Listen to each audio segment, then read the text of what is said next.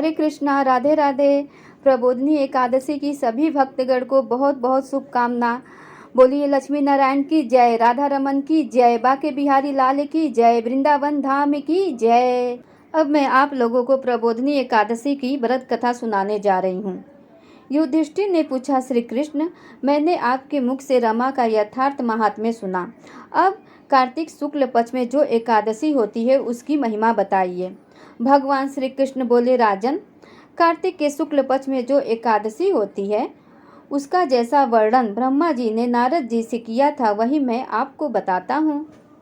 नारद जी ने कहा कि पिताश्री, जिसमें धर्म कर्म प्रवृत्ति करने वाले भगवान गोविंद जगते हैं उस प्रबोधिनी एकादशी का महात्म्य बताइए। ब्रह्मा जी बोले, मुनि श्रेष्ठ, प्रबोधिनी का महात्म्य पाप का नाश, पुण्य की वृद्धि तथा उत्तम बुद्धि वाले मनुष्यों को मोक्ष प्रदान करने वाली है।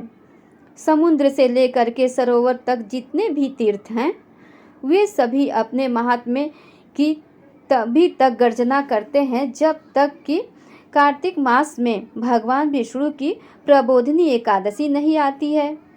प्रबोधिनी एकादशी को एक ही उपवास कर लेने से मनुष्य हजारों अश्वमेध तथा 100 राजसूय यज्ञ का फल प्राप्त कर लेता है।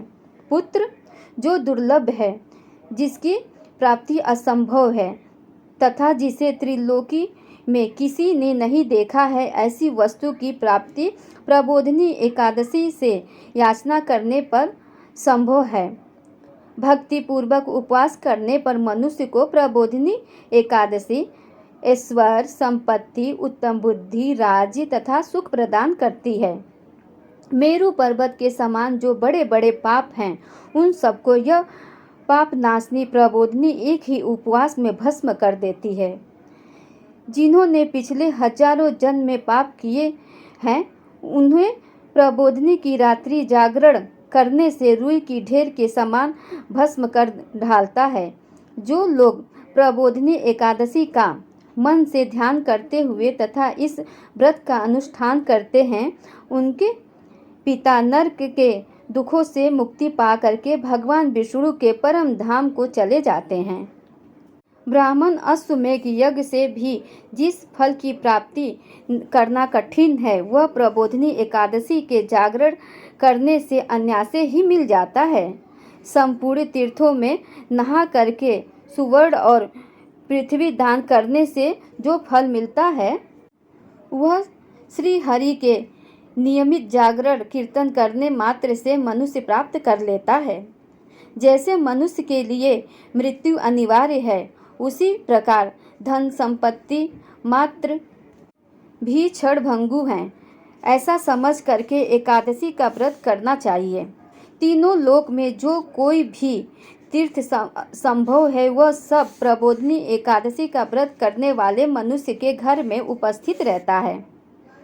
कार्तिक की हरि प्रबोधिनी एकादशी पुत्र तथा पौत्र प्रदान करने वाली है।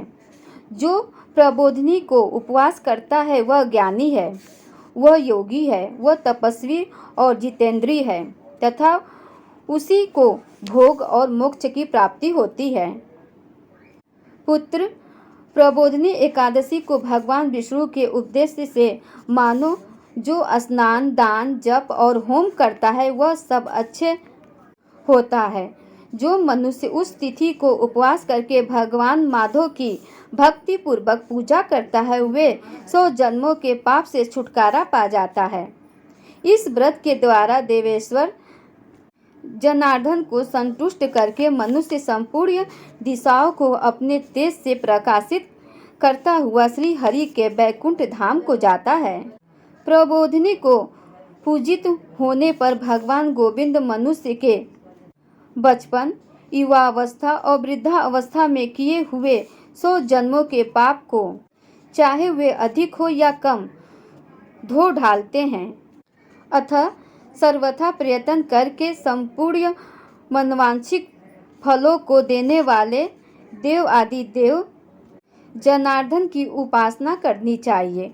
पुत्र नारद, जो मनुष्य भगवान विष्णु के भजन में तत्पर होकर के कार्तिक मास में पराय अन्न का त्याग करता है वह चंद्रायण व्रत का फल प्राप्त करता है।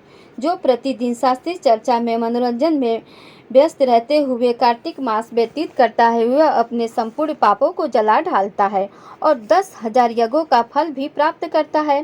कार्तिक मास में शास्त्रीय कथा के कहने सुनने से भगवान मधुसूदन को जैसा संतोष प्राप्त होता है, वैसा उन्हें यज्ञ, दान अथवा तप आदि से भी नहीं होता। जो शुभ कर्म परायण पुरुष कार्तिक मास में एक या आधा श्लोक भी भगवान विष्णु की कथा पढ़ते हैं, उन्हें 100 गोदान का फल प्राप्त होता है। महामुने, कार्तिक में भगवान केशव के सामने शास्त्र का स्व अध्ययन तथा श्रवण करना चाहिए।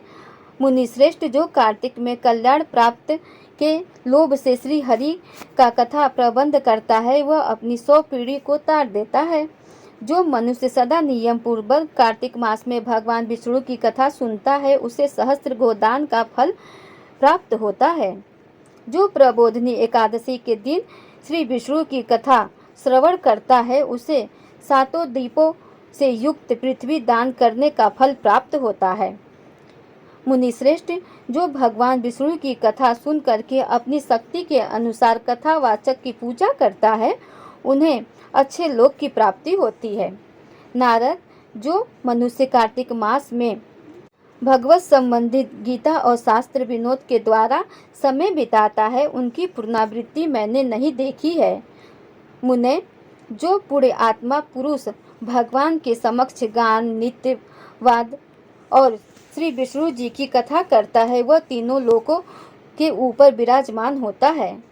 मुनि श्रेष्ठ, कार्तिक की प्रबोधिनी एकादशी के दिन बहुत से फल, फूल, कपूर, अर्गजा और कुमकुम के द्वारा श्री हरि की पूजा करनी चाहिए। एकादशी आने पर धन की कंजूसी नहीं करनी चाहिए, क्योंकि उस दिन दान आदि करने से असंख्य पुण्य की प्राप्ति होती है। प्रबोधिनी को जागरण कीर्तन के समय शंख में जल ले करके फल तथा नाना प्रकार के द्रव्यों के साथ श्री जनार्दन को अर्घ्य देना चाहिए। संपूर्ण तीर्थों में स्नान करने और सब प्रकार के दान देने से जो फल प्राप्त होता है, वही प्रबोधिनी एकादशी को अर्घ्य देने से करोड़ों गुना हो करके प्राप्त होता है। देवर से अर्घ्य के पश्चात भोजन, आच्छादन और दक्षिणा आदि के द्वारा भगवान विष्णु की प्रसन्नता के लिए गुरु की पूजा करनी चाहिए। जो मनुष्य उस दिन श्रीमद् भागवत की कथा सुनता तथा पुराणों का पाठ करता है, उसे एक एक अक्षर पर कपिला दान का फल मिलता है। मुनि श्रेष्ठ, कार्तिक में जो मनुष्य अपनी शक्ति के अनुसार शास्त्रों रीति से वैष्णव व्रत का पालन करता है, उसकी मुक्ति निश्चित है। केतकी के एक पत्ते से पूजित होने पर भगवान गरुड़ ध्वज 1000 वर्ष तक अत्यंत तृप्त रहते हैं। देवर से, जो अगस्त के फूल से भगवान जनार्दन की पूजा करता है, उनके दर्शन मात्र से नरक की आग बुझ जाती है। वतस्य, जो कार्तिक में भगवान जनार्दन को तुलसी के एक पत्ते और पुष्प अर्पण करता है, उसका जन्म भर का किया हुआ सारा पाप भस्म हो जाता है। मुने, जो प्रतिदिन दर्शन, स्पर्श, ध्यान, नाम कीर्तन, सत्वन अर्पण, सिंचन, नित्य पूजा तथा प्रणाम के द्वारा तुलसी में 9 प्रकार की भक्ति करता है, वे कोटि सहस्त्र युगों तक पुण्य का विस्तार करता है। नारद, श्री भगवान को सब प्रकार के फूलों और पत्तों को चढ़ाने से जो फल प्राप्त होता है, वह कार्तिक मास में तुलसी के एक पत्ते को अर्पण करने से होता है। कार्तिक आया देखकर प्रतिदिन नियम पूर्वक तुलसी के कोमल पत्तों से महाविष्णु जी का पूजन करना चाहिए। 100 योगों द्वारा देवताओं का यजन करने और अनेक प्रकार के दान देने से जो पुण्य होता है, वह कार्तिक में तुलसी दल मात्र से केशों की पूजा करने से प्राप्त हो जाता है। यहाँ पर प्रबोधिनी कथा समाप्त होता है। अगर ये वीडियो आप लोगों को अच्छा लगा हो तो प्लीज़ लाइक करिए, सब्सक्राइब करिए, शेयर करिए। हरे कृष्णा, राधे राधे।